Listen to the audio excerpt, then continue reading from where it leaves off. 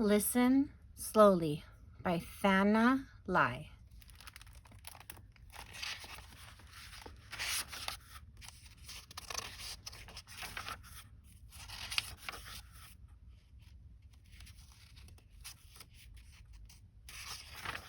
Chapter 1. I whip my head toward the airplane window as soon as Dad scoots into my row. There's nothing to see except clouds and more clouds, but anything is better than looking at his fakey sorry to do this to you face. Dad is waiting for me to turn toward him. Yeah, right. One little glance would encourage another diatribe about connecting with my roots. They're his roots, not mine. I'm a Laguna Beach girl who can paddle board one-legged and live on fish tacos and mango smoothies. My parents should be thanking the Buddha for a daughter like me. No lip gloss, no short shorts, 12-year-old rocking a 4.0 GPA, and an SAT-ish vocab, who is team leader in track, science, and chess. I should at least be able to spend the summer resting my brain at the beach. Instead, I get shoved on this pre-dawn flight. My parents slapped me with the news just last night when I was floaty and happy because 6th grade is finally over.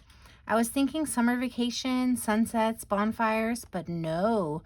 With buggy eyes and stretchy smiles, they cooed out the news that I get to escort Ba, Dad's mom, back to Vietnam for 6 whole weeks. Ba needs you, Dad said when I complained. Dad goes to Vietnam every summer already, but he'll be too busy hiking toward the most remote mountain to set up a one-man surgical clinic to fix cleft palates and acute burns. I hinted that perhaps he could skip this year, but Dr. Do-Gooder shriveled me with facts. Apparently, the kids with hand burns suffer excruciating pain and can't extend their fingers because the skin has shrunk. The ones with holes in the roofs of their mouths live with food and water gushing out their noses. Dr. Do-Gooder always has more demand than he can handle, so at the end of each trip, he holds a lottery to pick the next set of patients, who spend a year anticipating his return. Every June, the chosen kids and their extended families travel for days to reach his clinic, forsaking their crops and animals. Surely I cannot expect him to disappoint them. Guilt, very big in my family.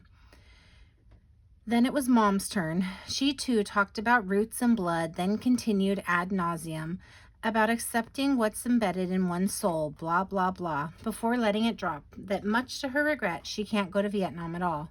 Something about a trial she's waited 3 years to prosecute. She's known for always taking on the most brutal crimes against women. Halo. This is the halo. This is the summer I've been waiting for my whole life. At 12, I'm finally old enough to take the shuttle to the beach without an adult sticking to me. My best friend Montana and I already got our hair highlighted and bought new swimming suits. Hers a bikini with a pink bow smack on her butt, and mine a padded tankini. Oh my gosh, a padded tankini because I have a boy's body. I wouldn't care, except Montana thinks not having boobs is like not having hair. She's very proud of hers, but that's like being proud of a sunny day in Southern Cal, as if she did anything to make it happen. I tried really hard to counter-argue with Mom that I too must stay in Laguna. I too must see a project through. But how can I go up against Orange County's golden prosecutor? It didn't help that I had to be vague because I'd die before confessing there's this boy. I can't even think about him or I'll explode with anxiety. I noticed him as soon as he went on and on about this poem in class, and after that my stomach flipped like a dryer every time he was around. He does have these curls at his shoulders, as if that explains anything. I know he's going to hang at Anita, that's a beach, all summer. And I promised myself I would start a real conversation and actually look at him. I have never said his name out loud, and certainly not to Montana. She has a very bad habit of liking the boys others like first, and those boys have a very bad habit of liking her back. After I got nowhere with my parents, I screamed and stomped to my room and slammed the door and threw books against the wall. The last part killed me. I love books. All that drama did nothing. I'm on the plane. Dad takes my chin, twists my face towards his, and forces eye contact. I know we're asking a lot of you, but think beyond yourself for just a little while. I get that my preteen anxieties can't compete with Ba's classic suffering. After all, she lost her husband in the war, which I always think of in all caps. Still, selfish or not, I'm going home as soon as I can maneuver around the sad saga of Ba. If you think of Ba, you automatically think about Ong, my grandfather. The two always go together. Ong Ba did this, Ong Ba did that. Like saying mom and dad. Ong was missing in action, so Ba raised 7 children on her own. She got them here, pushed them through school, ended up with a doctor, 4 engineers, a professor, and an accountant. She never asked for anything. Still, my parents and uncles and aunts keep giving her everything. Sweaters, bathrobes, soft house shoes, comfy walking shoes, heater, fan, scented lotion, unscented lotion, big screen TV because her eyes are failing, back to small screen TV because the big screen made her dizzy. Endless. It's hard to believe that Ba would insist on anything, much less on a trip all the way across the world. She has lived with us forever, and I've never known her to ask for so much as a glass of water. She hand sews her own clothes, always brown, always cool and soft, washes them in the bathroom sink, dries them in the bathtub, cooks her own rice and tofu and greens, puts them in cute glass containers stacked in the square refrigerator in her sitting room, where she has a tiny toaster oven and a 1-cup rice cooker. She rarely leaves her corner of the house. Try to understand that this trip is for you too, to see where you're from. Ah, I scream into the airplane pillow, but immediately throw it down. I'm sure it's infested with lice and stuff. My scream got to Dad. He's batting his eyes so fast you'd think a bunch of gnats just flew into his eyeballs, holding in anger. He's squeezing his voice through clenched teeth. Ba has personal reasons to return home this summer. What's so important? All her children and grandchildren are in California. Her life is there. My life is there. I'm loud but don't care. Ba has had questions for decades. Be with her as she finally accepts. I thought she already did, but that quack calling himself a detective wrote her. I seriously doubt it's possible, but what are you talking about? What quack detective? I still don't get why we have to go to Vietnam. Dad hisses. Ba thinks Ong might still be alive, that's why. There's no way Ong is alive. I'm being logical here. Ba can be wishy-washy, and Dad can indulge her all he wants. But facts are facts. Why am I the only one to understand that Ong is gone?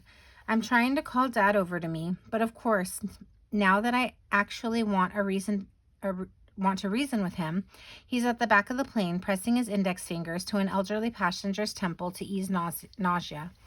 All kinds of people have their hands up waiting for his magical doctoring because they saw him care for Ba after she stirred in the row in front of me. She even got another big blue knockout pill. I asked, but no. I'm meant to endure the longest flight ever, fully conscious. By the way, each of us gets a whole row because the plane is so empty. That's how many people are dying to fly to my parents' beloved birthland. And the sooner Dad can convince Ba that Ong is truly gone, the sooner we can whip back to LAX. He should just come out and say it. She's usually the most practical person I know, saving every leftover grain of rice for the backyard birds and brushing her teeth with exactly half a cup of water. Ong was listed as missing when Dad was 2. The war dragged on some more before ending on April 30th, 1975.